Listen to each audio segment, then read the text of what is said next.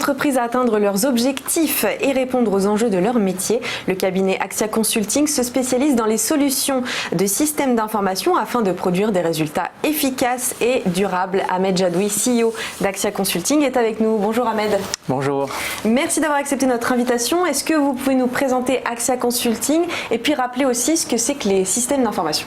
Oui, tout à fait. Donc Axia Consulting, c'est un cabinet de conseil et d'intégration de systèmes d'information. Nous existons depuis 2012. Nous accompagnons nos clients vraiment pour les aider à atteindre leurs objectifs métiers.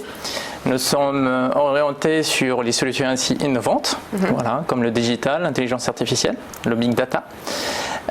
Clairement, un système d'information, c'est un ensemble d'outils informatiques sur des technologies très différentes qui ont pour objectif d'aider les entreprises pour produire vraiment sur leurs métiers respectifs, dans tous les secteurs. Aujourd'hui, tous les secteurs métiers en France, en Europe, dans le monde, sont très équipés de solutions technologiques. Alors pourquoi aujourd'hui c'est devenu un enjeu pour les entreprises, les systèmes d'information, pour améliorer leur croissance? Oui, alors tout à fait. Vous savez, actuellement nous sommes vraiment dans une ère où le numérique il est partout. Ces solutions, ces systèmes d'information sont devenus vraiment un outil de production, un métier indispensable.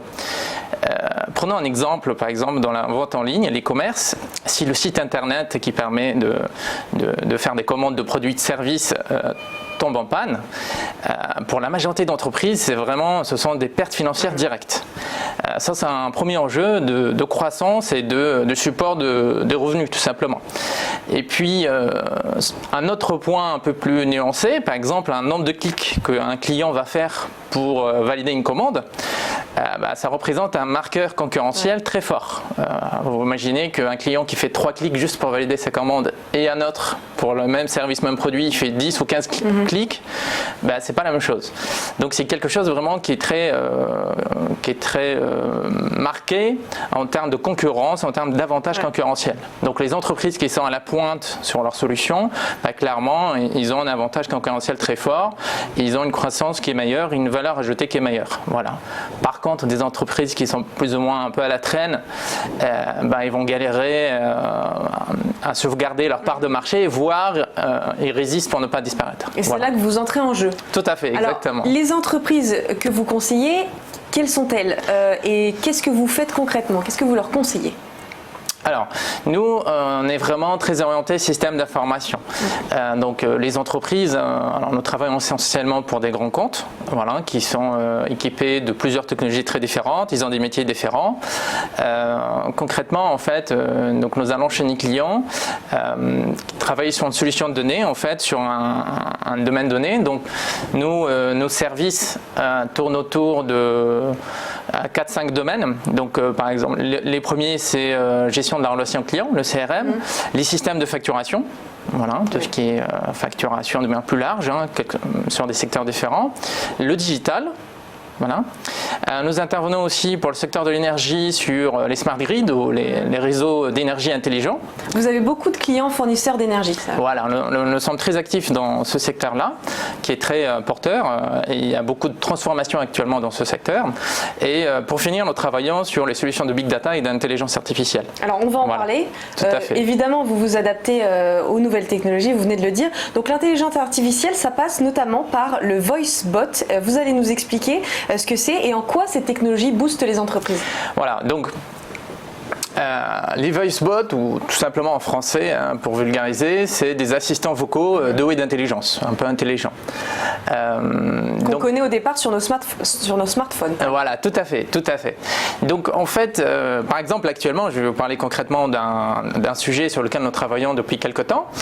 Une entreprise a mis en place un système qui est doué d'un voice bot, en fait, qui se connecte sur un système CRM, de gestion de relations clients, qui permet à ces clients de se connecter depuis leur smartphone Android pour pouvoir répondre à certaines demandes simples. Un client par exemple qui appelle pour dire oui bonjour, maintenant je ne suis plus à telle adresse, je suis à telle adresse, par exemple une modification administrative.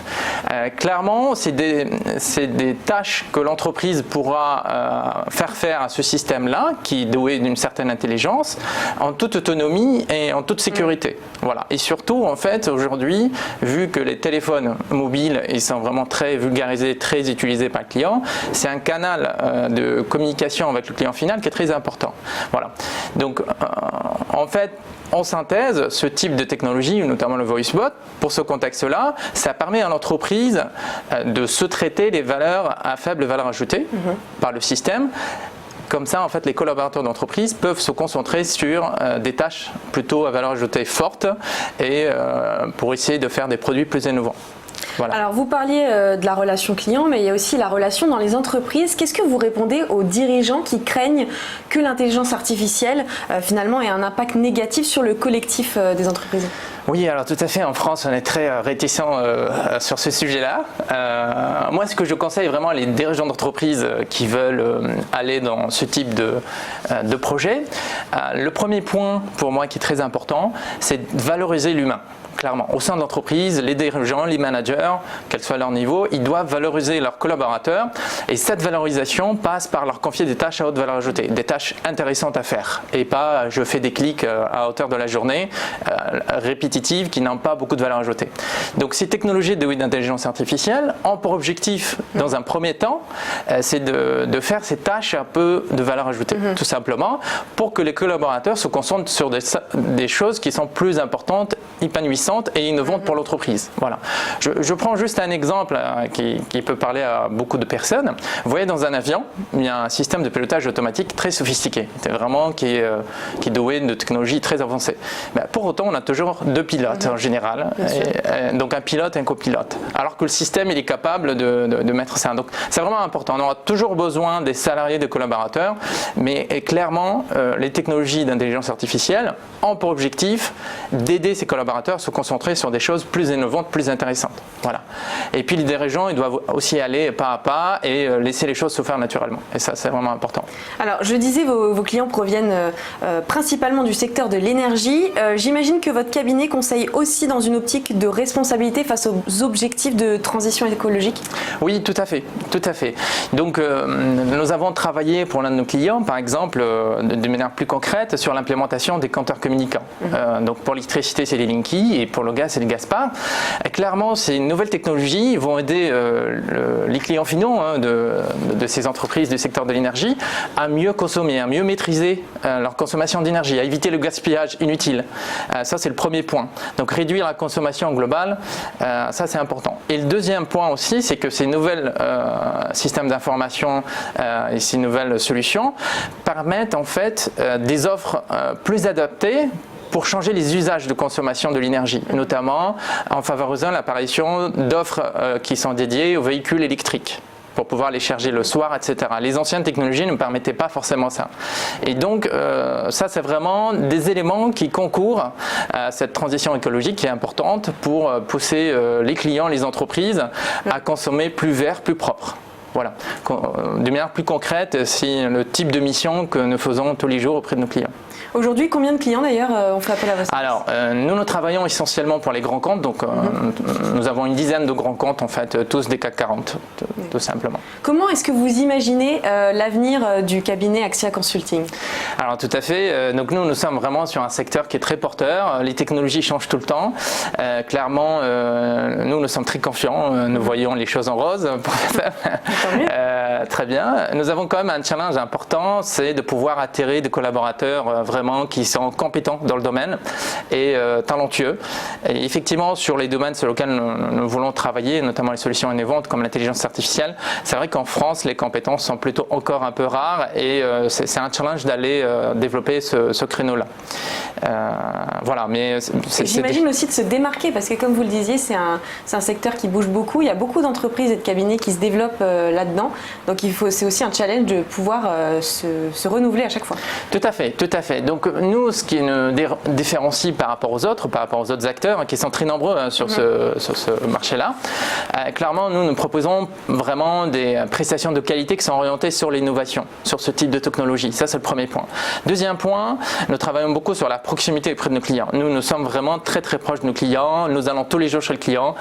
On n'est pas dans un modèle où on est au bout du... Vous êtes à proximité. Proximité très forte.